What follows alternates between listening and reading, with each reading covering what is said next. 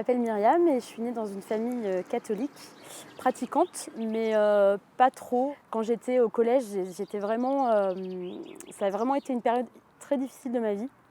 Je me sentais vraiment très seule, je me sentais pas aimée, j'avais pas d'amis à l'école, j'étais tout le temps toute seule.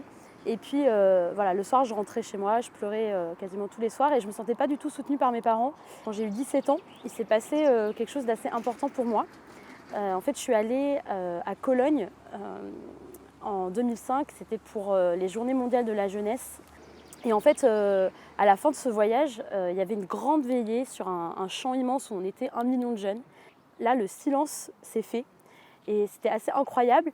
Et moi, à ce moment-là, pour la première fois de ma vie, j'ai senti que Dieu était là, qu'il m'aimait. Et surtout, en fait, moi, je me suis mise à l'aimer. Et en fait, c'est un peu comme si j'étais tombée amoureuse de lui ce soir-là, quoi. Mais en fait, au bout de quelques mois, ça s'est assez vite passé. J'avais toujours ce manque, je me sentais toujours seule, pas aimée, j'avais pas confiance en moi. Et là, j'ai commencé vraiment à ressentir cette solitude, surtout du célibat. Je commençais à me dire, mais c'est pas normal, je suis encore célibataire.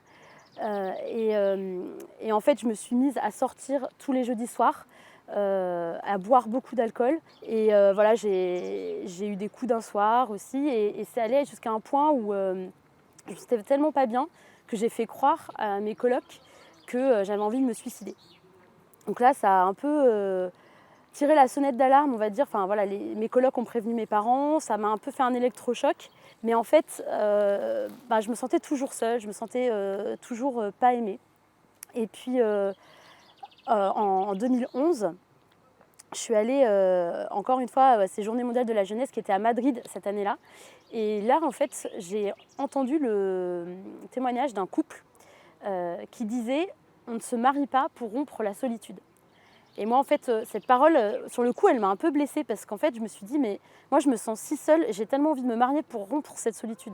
Et en fait, je me suis rendu compte à ce moment-là que j'avais une vision erronée du mariage, j'avais une vision erronée de l'amour et qu'il fallait que je change un peu ma façon de voir les choses.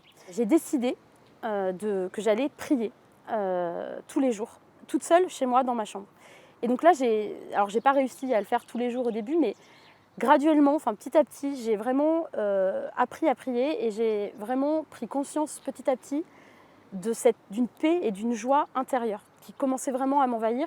Et j'ai pris conscience en fait à ce moment-là que Dieu m'aimait, moi, pour ce que j'étais. Ça m'a énormément réconfortée. Et en même temps, en fait, je lisais aussi, je me suis mise à lire beaucoup de choses sur le message de l'Église par rapport au mariage, par rapport à la sexualité.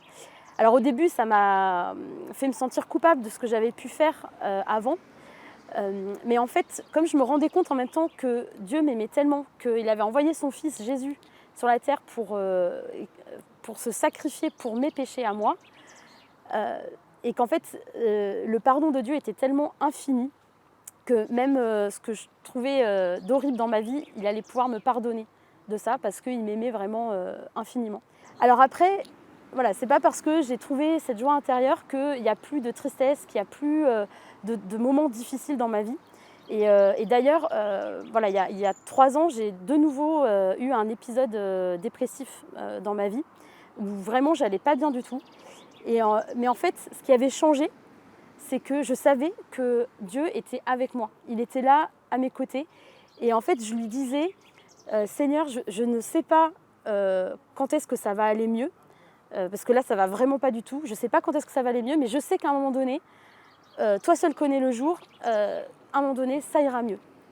Et en fait, 6 mois plus tard, c'était pour la fête de Pâques, là, j'ai entendu une parole qui disait « Ta tristesse sera changée en joie ». Et là, à ce moment-là, j'ai commencé à être guérie de cette dépression. Et en fait, voilà, et en fait, ce qui est merveilleux, c'est que quand on a Jésus avec soi, quand on s'accroche à lui par la prière, par la messe, et ben en fait, à chaque fois qu'on tombe, il nous relève.